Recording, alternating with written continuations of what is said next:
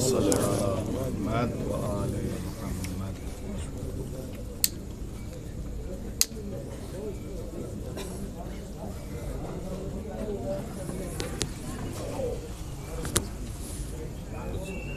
تھوڑا سا تذکر دے دیں اس بات سے اعوذ باللہ من الشیطان اللعین الرجیم، بسم اللہ الرحمن الرحیم۔ قال اللہ تبارک و تعالی فی کتابہ الکریم، بسم اللہ الرحمن الرحیم، فاسألوا اہل الذکر ان کنتم لا تعلمون۔ ارشاد ہوتا ہے کہ اگر ہم جو لوگ نہیں جانتے ہیں تو اہل ذکر جاننے والوں سے سوال کریں۔ روایات میں ہے کہ سوال جو ہے علوم یعنی مفتاح العلوم، علم حاصل کرنے کی چابی ہے۔ البتہ سوال میں سیاسی اور لا یعنی خود امام نے منع کیا ہے، جو ہمارے کام کے نہیں ہیں سوال، ان کے بارے میں جو ہے نہیں پوچھنا چاہیے اگر خود اسٹڈی کریں۔ ایسے سوال جو واقعاً ہمیں درپیش ہے اور مسائل ہیں جن کو سمجھنے کے لیے، سوال کے جواب یعنی فہم سمجھنے کے لیے، اور کوئی اس طرح کے سوال نہ ہو تو وہ سوال کرنا بھی عبادت ہے جس طرح دوسری عبادت ہے۔ اس سے علم میں اضافہ ہوتا ہے، انسان کی عزت و آبرو میں اضافہ ہوتا ہے، اور بہت زیادہ زور دیا گیا ہے کسی چیز یعنی اگر علم ہمارے ذہن میں رہے تو تکرار کرنا، بار بار اسے ریپیٹ کرنے سے علم بڑھتا ہے۔ اگر اس طرح کا کوئی سوال ہے تو انشاءاللہ تعالی کوشش کی جائے گی جواب دینے کی، وإلا ماشاءاللہ ہمارے برادر عزیز حجت الاسلام والمسلمین مولانا سید تحقیق حسین صاحب نے شاید گنجائش ہی نہیں رکھی ہے، مسائل اتنا بیان کرتے ہیں کہ ضرورت نہیں ہے، پھر بھی حکم تھا تو بندہ حاضر ہو گیا ہے۔ اگر کوئی سوال آپ حضرات کا ہے تو ٹھیک ہے، ورنہ پھر ابھی خود کونسل کا ایک پروگرام ہے لیپ ٹاپ کے اوپر، تھوڑا سا وقفہ کرتے ہیں یہاں کے اوپر، اور وہ لیپ ٹاپ پہ جو پروگرام اس پروگرام کو جو بھی جماعتوں کے اگریسر ہیں، جو ممبران ہیں، جو ذمہ داران ہیں، وہ لیپ ٹاپ کے اوپر وہ دیکھ لیں۔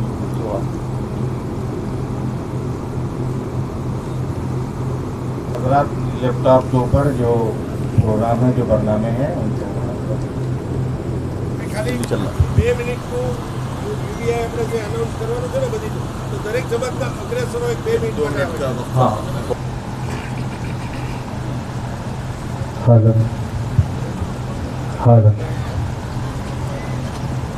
جو دل میں مسئلہ بیان ہوا تھا اور سامنے ایک سوال آیا تھا یہ گھر سنسار سے متعلق اور طلاق سے متعلق، کہ اس میں اکثر ایسا ہو رہا ہے کہ خود لڑکی والے ڈیمانڈ کرتے ہیں طلاق لیتے وقت کہ ہم کو 1 لاکھ روپیہ چاہیے، 2 لاکھ روپیہ چاہیے، 3 لاکھ روپیہ چاہیے۔ اس سلسلے میں شرعی حکم کیا ہے؟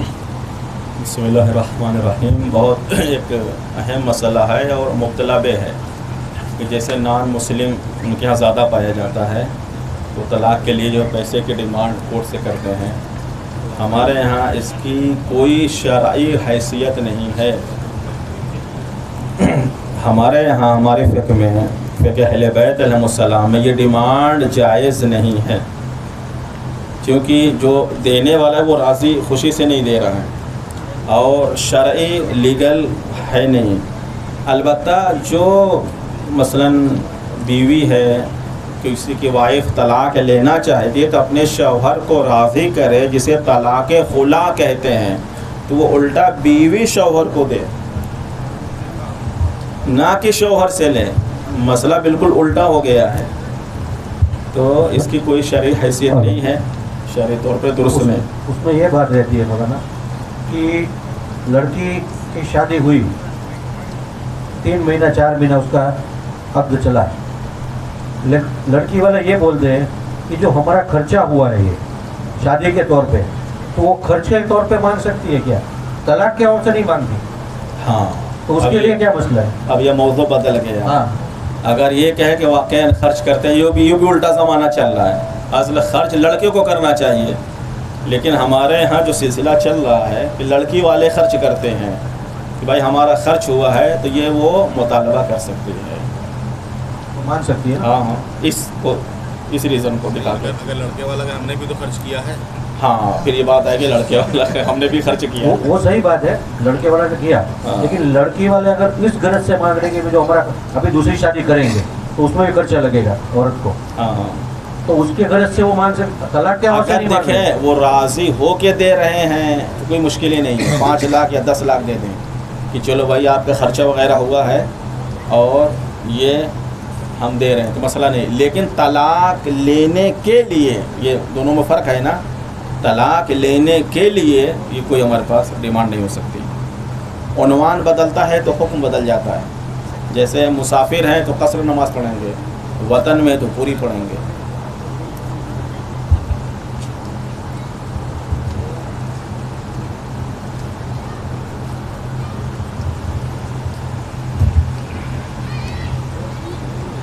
مولانا ایک مسئلہ میرے ذہن میں ہے، وہ میں آپ کے سامنے بیان کرتا ہوں. لڑکے لڑکی دونوں کی شادی ہو چکی ہے اور آلریڈی ان کا یہ سب گھر چل رہا ہے، مگر کچھ دنوں کے بعد یا کچھ مہینوں کے بعد لڑکی کو یہ پتہ چلا کہ لڑکے میں کوئی ایسا جسمانی ڈیفیکٹ ہے کہ وہ ان کے ساتھ نہیں رہ سکتی. تو وہ لڑکی اس بات کو یعنی لڑکے سے طلاق کی ڈیمانڈ رکھتی ہے، مگر لڑکا اگر اسے طلاق نہ دے تو ایسی صورت میں عورت کیا قدم اٹھائے گی؟ اگر وہ عیب ہے جس کی طرف آپ اشارہ کر رہے ہیں تو طلاق کی ضرورت ہی نہیں ہے، فسخ ہو جاتا ہے، خود بخود ختم ہو جاتا ہے. اگر وہ رشتہ قائم نہیں کر سکتا اصلاً طلاق ہی نہیں، ضرورت ہی نہیں، ختم ہو جاتا ہے، طلاق کی ضرورت ہی نہیں.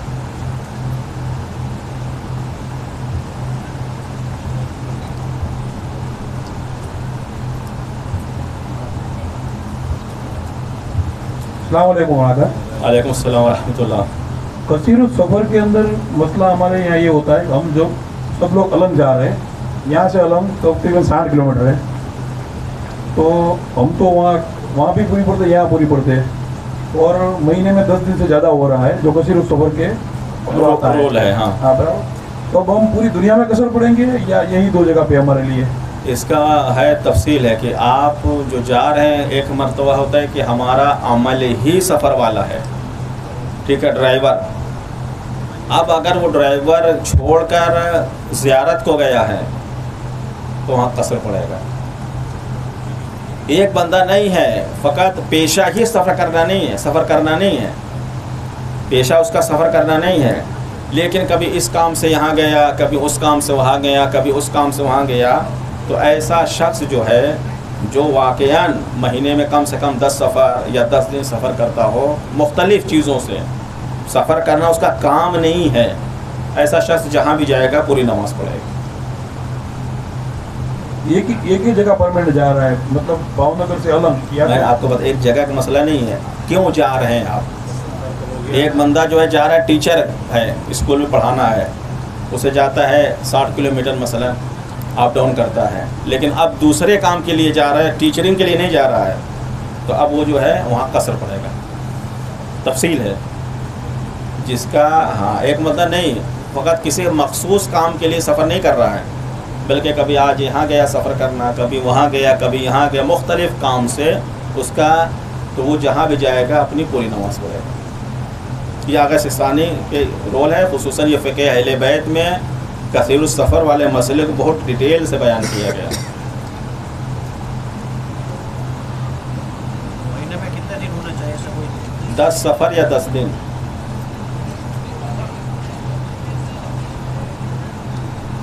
ایک بار ہم کثیر السفر ہو گئے، مطلب 6 مہینہ تک ہم نے 10 دن سفر کیا، ہاں اس کے بعد ابھی 5 سفر ہوا، کبھی 6 ہوا، کبھی 8. کوئی مسئلہ، آپ 6 مہینے تک اگر یہ ہو گیا ہے تو اس کے بعد کم زیادہ ہو تو مسئلہ نہیں ہے، پھر ہم کثیر السفر ہی کثیر رہیں گے. السفر ہے.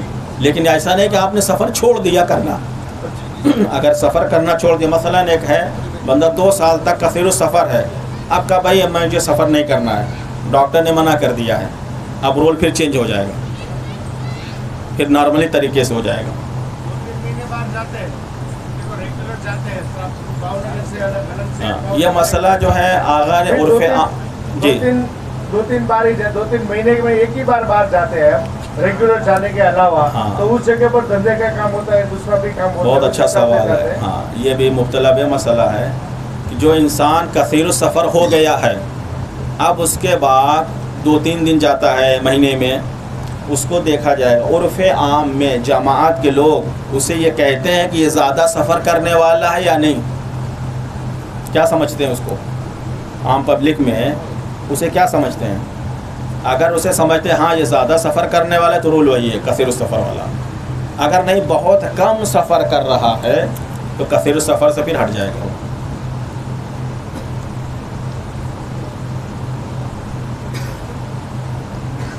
شکریہ مولانا.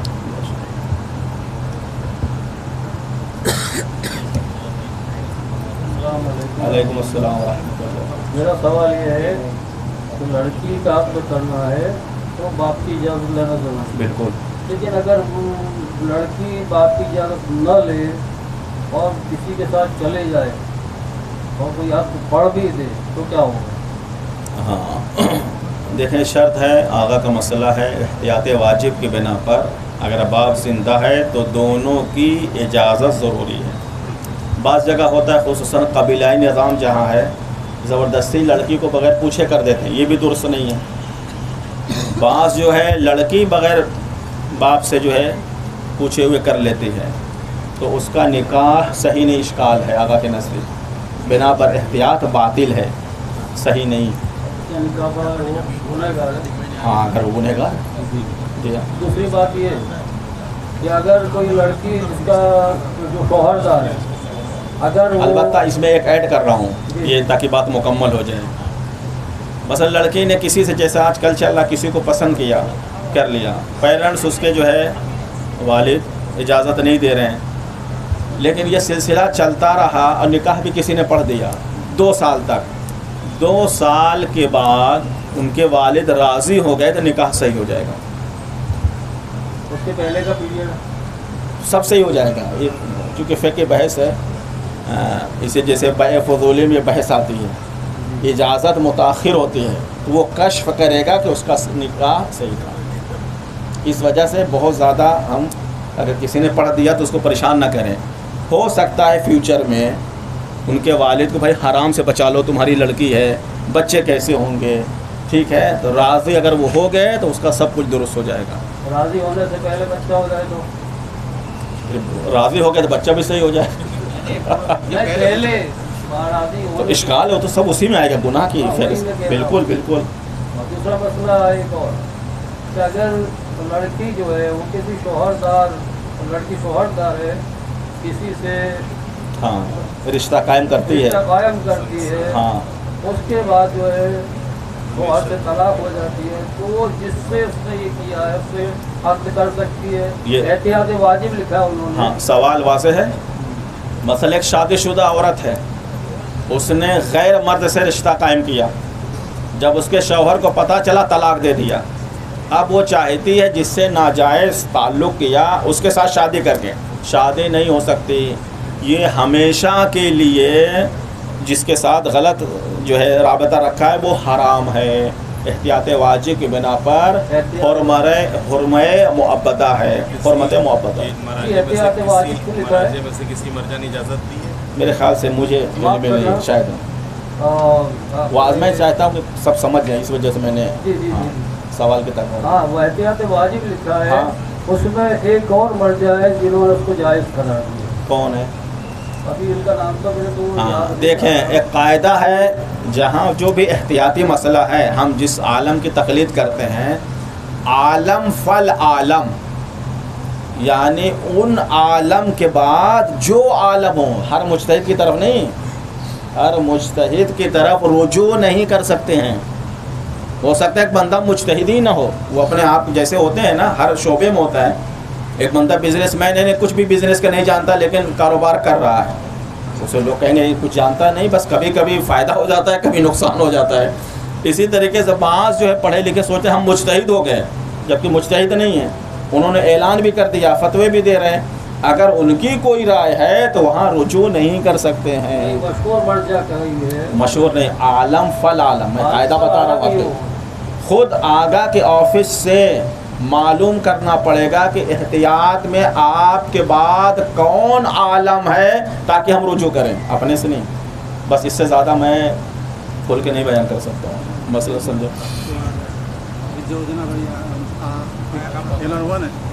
مائک دے، مائک آپ کو. ابھی جو اعلان ہوا نا جو کار کا، جو پورا خدا جماعت کا ہے کہ سیاست جماعت کے بیچ میں آئیں گے کار میں، تو سب کا آئیڈینٹی کارڈ بننا چاہیے. اس لیے خالی تھوڑا سا میں آپ کو دراؤں. مجھے ابھی کارڈ کے بارے میں بہت میں سمجھ نہیں سکا ہوں، مولانا بتائیں گے میرے خیال سے.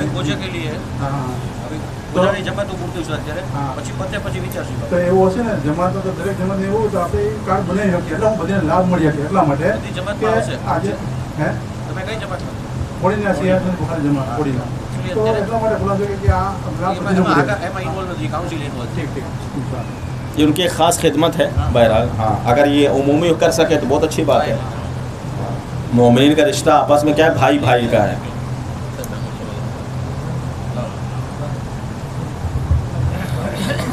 ابھی مائک آئے گا تو تاکہ سب سنیں نا آپ کی بات کو. یہ فرمائیے. ابھی ایک مسئلہ جو ہے وہ نہیں ہے، وہ ہے کہ احتیاط واجب جو انہوں نے لکھا ہے اسی کے متعلق جو مقام شیرازی نے کہا ہے کہ جو غیر اسلامی ممالک میں رہتا ہے وہ کسی کے سفر کر رہا ہے تو اس کا پسینہ جو اگر کسی کا لگ رہا ہے غیر اہل کتاب تو وہ پاک ہے، اور اس کے حق کا کھانا بھی جو ہے وہ جائز ہے. آپ کہیں دیکھا ہے فتویٰ آپ نے؟ چونکہ میں نے اس کے بارے میں معلومات لے مولانا جو تھے ان کی کلپ کی میں دیکھی ہے. اس کی لے آئیے. میں نے معلوم کیا ہے یہ آغائے مکارم کی طرف نسبت ایسی دی گئی ہے جو انہوں نے فتوے میں نہیں کیا ہے. ایک علمی بحث ہے جسے ریسرچ کہتے ہیں، درس خارج جو شاید وہاں پہ بات کی ہے، فتوے کی شکل میں نہیں دی گئی. اس کا ہندوستان میں جو ہے بہت مس یوز ہو رہا ہے. باقی آپ جس کی تقلید کرتے ہیں اس کی تقلید پر عمل کیجئے. عالم فل عالم جو احتیاط میں آپ کو دوسرے مجتہد کی طرف جانا ہے وہ بھی میں نے راستہ آپ کو بتا دیا ہے. باقی فاضل اس وقت جو ہے افاضل قم ہیں وہاں پہ جو آغائے مکارم کے ہاں درس خارج پڑھ چکے ہیں، انہوں نے میں نے منع کیا. اور بھی دوسرے جو افاضل ہندوستان میں میری بات ہوئی ہے، یہ فقط ایک مشہورت ہے. وہ میں یہ سمجھتا ہوں کہ ریسرچ میں علمی بحث میں بات ہے لیکن فتویٰ کی شکل میں نہیں ہے.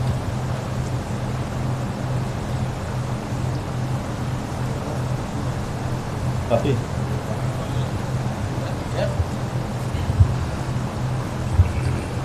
کاکا ایک مسئلہ حق کے سادات کے مسئلے سے ہمارے یہاں ہمارا فون نمبر ہے نا وہ عام ہو جاتا ہے، تو کہیں کہیں سے ہم کو فون آتے ہیں، ہم یہ ہے وہ ہے، زیادہ تر وہ دھندا داری لگتے ہیں ہم کو. جی جی. تو اس کو ہمارے پاس حق کے سادات پڑا ہے، صحیح. اس کو دے یا نہ دے ہم جانتے نہیں اس کو، اور فون کے اوپر اتنی ہمارے ساتھ بحث کرتے ہیں نا وہ ہم کو ایک بار پکا دیتے ہیں. اس کا کیا کرنا چاہیے؟ بلاک کر سکتے ہیں ہم اس کو؟ بہت اچھا سوال ہے. یہ آتے ہیں بد دعا بھی دیتے ہیں نا ڈر کے، اور ڈر کی وجہ سے آپ دے دیتے ہیں. تو اگر دیکھیں سادات کا جو ثابت ہے، ایک تو شجرہ ہو یا جس علاقے میں وہ رہ رہا ہو، شہرت عامہ ہو کہ یہ سید ہے، اس کے بعد مستحق ہے. مستحق کا مطلب یہ ہے کہ پورے سال اپنی فیملی کا خرچ نہیں اٹھا پا رہا ہے. تو اگر آپ کو کہیں فراڈ لگے تو آپ کی گردن پر خمس ہے، بریء ذمہ نہیں ہوئے ہیں. لہذا ایموشنل نہ ہوئیے، یہ اللہ رسول کا قانون ہے. کسی کی بد دعا، خود روایت وصل شیعہ کے معتبر ترین روایت ہے، جو انسان کسی کو بلا وجہ برا بھلا کہتا ہے، لعنت کرتا ہے، وہ لعنت نکلتی ہے، ڈھونڈتی ہے، جب دیکھتی جس پر لعنت کی اس تو لعنت کے لائق ہی نہیں ہے، اسی پر واپس ہو جاتی ہے. تو گھبرانے کی ضرورت نہیں ہے، اللہ رسول کا قانون ہے. اس میں سمجھ کر تاکہ جو ہے ہماری، اور خمس بغیر اجازت کے آپ رکھ نہیں سکتے ہیں، چونکہ نارمل سی بات ہے، ہمارا پیسہ ہے تو ہم رکھ سکتے ہیں، لیکن جب خمس ہوا تو ڈیوائڈ ہو گیا، یا سادات کا ہے یا امام کا ہے، ان کی پرمیشن ضروری ہے. 1 منٹ کے لیے بھی تاخیر اگر ممکن ہے تو نہیں کر سکتے. ہم بعض دیکھتے ہیں بعض افراد رابطہ ہم سے کیا، انہوں نے سہم سادات سے سادات کو قرض دیا. بھائی آپ اسی کے پیسے سے، میں آپ کے جیب سے پیسہ لے لوں اور آپ کو قرض دے دوں. لا دین الا فی الملک، قرض جو ہے اپنی ملکیت سے دی جاتی ہیں.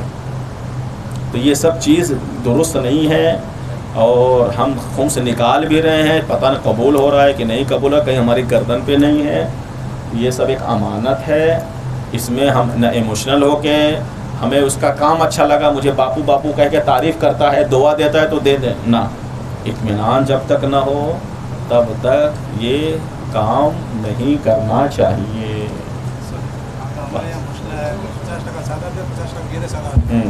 شوہر سادات ہے تو کسی گھر سے گھیرے سادات ہے، اور بیمار پڑی تو سادات کے ہم دے سکتے ہیں. بہت خوب. بیمار کون پڑا؟ اس کی شوہر. ہاں تو اس کا طریقہ یہ ہے کہ اس کی بیوی فقیر ہے، شریک نہیں، اگر فقیر اس کو دے دیں، اب وہ چاہے شوہر پہ لگائے، اب اس کی ملکیت ہو گئی، چاہے بچوں پہ لگائے، شوہر کو نہیں دیں گے. سمجھ گئے بات؟ مثلا فیملی ہے، وائف جو ہے سادات میں سے، ہسبینڈ کیا ہے غیر سادات میں سے. بیمار ہسبینڈ ہو رہا ہے لیکن پیسہ نہیں ہے، فقیر دونوں ہیں، بیوی کے پاس بھی اتنا پیسہ نہیں ہے کہ وہ اپنا خرچ چلا سکے. تو اب ہم سادات کا حق اس بیوی کو دیں گے، وہ چاہے جو کرے. آپ یہ نہ کہیے کہ جاؤ دوا کرو علاج کرو، بیوی ہے تو ہسبینڈ کو بچائے گی. اب اس کا مال ہو گیا نا، جب آپ نے بیوی اس کے دیا، اب سہم سادات نہ رہا وہ، اب اس کا مال ہو گیا ہے. جب اس کا مال ہو گیا ہے تو چاہے اس کا چاٹ کھائے، چاہے علاج کرے، چاہے سبزی لے یا گوشت لے، وہ جانے. کلیئر ہو گیا بالکل انشاءاللہ؟ جی جب بتاؤ. مولانا خمس کے سلسلے میں ایک مسئلہ بیان کریں کہ ایک شخص ہے جو خمس نکالتا ہے، اور اس کا کاروبار بھی اتنا ہے کہ وہ اس کے خمس نکلتا ہے. جی. اب اس کا جو خمس سال بھر کے بعد نکلا، اس میں سے جو حق سعادت ہے وہ اس نے 1 سال سے پہلے دے دیا، حقداروں کو مل گیا. تاریخ آنے سے پہلے دے دیا؟ تاریخ نہیں، وہ سمجھو کہ یہ مارچ 24 آ گئی، اس کا سال پورا ہوتا ہے، اور 24-25 جب سال لگے گا تو اسی میں 25 31 3 25 پوری ہونے سے پہلے اس نے اس سال کا جو خمس نکلا تھا وہ سارا ادا کر دیا. اب اس کے پاس خمس کے پیسے نہیں ہے. اب کوئی ایسا حقدار آ گیا، اور ہم جانتے بھی ہے کہ یہ مستحق ہے، اسے دینا ہی چاہیے، مگر ہمارے پاس خمس کے پیسے ہے تو نہیں، تو ہم اس کے کھاتے میں قرضے کے طور پر اس کو دے کے اگلے سال کے خمس میں اس میں سے وصول کر سکتے ہیں. اس کو آپ جو دیجئے تو اپنا قرض سمجھ کے میں اس کو قرضہ دے رہا ہوں. اس کے بعد وہ جو ہے جب خمس کی تاریخ آئے تو نیت کرے، اسے وکالت لے لیجئے ایک، تاکہ بالکل احتیاط ہو جائے. بھائی ابھی ہمارے پاس اپنا پیسہ ہے، خمس کا نہیں ہے، میں تمہیں قرض دیتا ہوں، تم مجھے وکیل بناؤ کہ اگر وہ سید ہے تمہارے طرف سے ہم سہم سعادات اتنا لے لیں، وکیل. ٹھیک ہے؟ تو بالکل لیگل ہو جائے گا، کوئی پریشانی نہیں ہے. اب روزہ کے سلسلے میں ابھی سمجھو ماہ سیام آ ہی رہا ہے، اب سمجھو دوسرا یا تیسرا روزہ کی تاریخ ہے.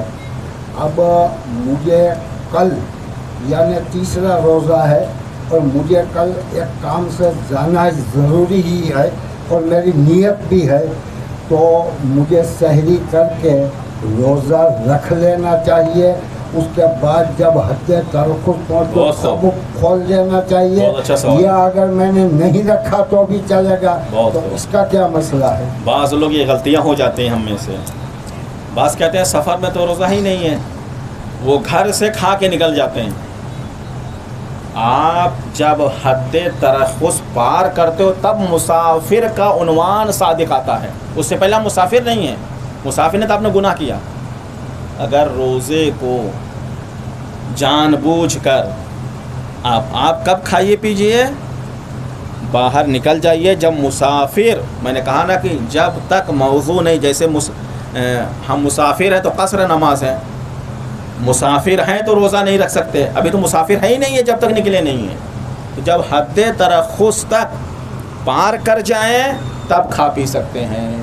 جب تک وطن میں ہیں کھانا پینا جائز نہیں ہے. اگر نہیں جانتا تھا قضا کرے گا، اگر جان بوجھ کے کیا تو کفارہ قضا دونوں ہیں. اگر ہم نے اسی طرح سے روزہ رکھا اور ہم نے یہ سوچا نیت بھی کر دی اور حد ترخص کے بعد کھولنا ہے، مگر ہمیں یہ یقین ہے کہ ہم سفر میں جو نکلے ہیں تو ظہرین سے پہلے پہلے ہم واپس آئیں گے یا نہیں، اس کا یقین نہیں ہے، تو پھر کیا کریں گے؟ نہیں، آپ سفر کی ابتدا کب کر رہے ہیں؟ ظہرین کے بعد کر رہے ہیں نا. ہاں، صبح اور اگلے دن نماز صبح تک آ جائے. تو اگر ہم ظہرین کے بعد اپنے وطن سے نکل رہے ہیں تو ہمارا روزہ صحیح ہے. اور مغرب میں جہاں بھی پہنچے سفر میں افطار کر لیں، روزہ بچ جائے گا. اور اگلے دن ہم سحری کر کے وہاں سے ظہرین سے پہلے اپنے یہاں آ جائیں، پھر بھی روزہ رکھ سکتے ہیں. درست ہے. میں صبح نکلا سحری کھا کے، نہیں، پھر صحیح نہیں ہے. جیسے آپ چاہے کھائیں یا نہ کھائیں، جیسے ہی حد ترخص سے پہنچے آپ کا روزہ ختم. کھانے سے نہیں ہوگا.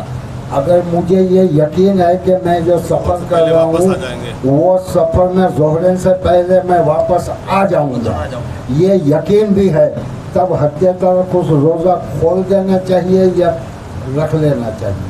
آپ نکلے کس وقت ہیں؟ صبح میں کس وقت؟ سحری کھا کے فوراً، سمجھو فجر کے بعد. اگر فجر کے بعد ہیں تو ظہرین والا مسئلہ ختم ہو گیا نا. نماز صبح کے بعد آپ نکلے، دن کا آغاز ہو گیا. اصل میں آغاز سفر کیا ہے؟ سفر شروع ہونے کا وقت ظہرین کے بعد ہے، یعنی زوال. ظہرین سے مراد جیسے ہی زوال ہو ہم سفر کر رہے ہیں تو روزہ ہمارا بچا. لیکن ہم دن میں کہیں بھی گئے، چاہے ہمیں یقین ہی کیوں نہ ہو ہم ظہر سے، لیکن مسافت شرعی مسافت جس میں نماز قصر ہوتی ہے، ہم جیسے نکلیں گے روزہ ہمارا اس دن کا چلا جائے گا. ماسٹر صاحب کا مسئلہ یہ ہے کہ ہم روزہ رکھ رہے ہیں، یہاں سے ہم کو مثلاً النگ روز جاتے ہیں. اچھا، تو ہم النگ کتنی دور ہے؟ النگ 50 کلومیٹر ہے. ان مسافت ہے. ہاں، لیکن ہم زوال سے پہلے اپنے پھر واپس آ گئے اور ہم نے کچھ کھایا نہیں، کیونکہ جب اگر نہیں کھایا ہے اور اپنے وطن پہنچ گئے تو روزہ پورا کرنا ہے. جی ہاں، لیکن یہ ہے کہ جیسے آپ نے آغاز کے چلا گیا نا، سفر میں جمع ہے ہی نہیں ہے، وقت ہے. ہم آغاز سفر کب کر رہے ہیں؟ زوال کے بعد اگر کریں، اور رات کے حصے یعنی اذان طلوع فجر سے پہلے وہ زوال والا حساب ہوگا. لیکن اگر ہم دن میں طلوع آفتاب کے بعد نکل رہے ہیں تو جیسے ہی نکلے ہم مسافت کا کیا حد ترخص تک پہنچے تو ختم ہو گیا. ہاں، اگر آپ پہنچیں گے تو احتیاطی طور پر کچھ کھائے پیے نہ، لیکن احتیاطی طور پر اس دن کی قضا جو ہے ضروری.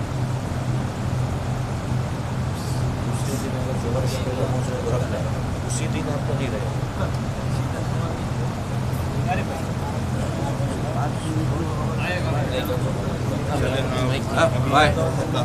ہاں، جی جی. والسلام علیکم ورحمۃ اللہ وبرکاتہ.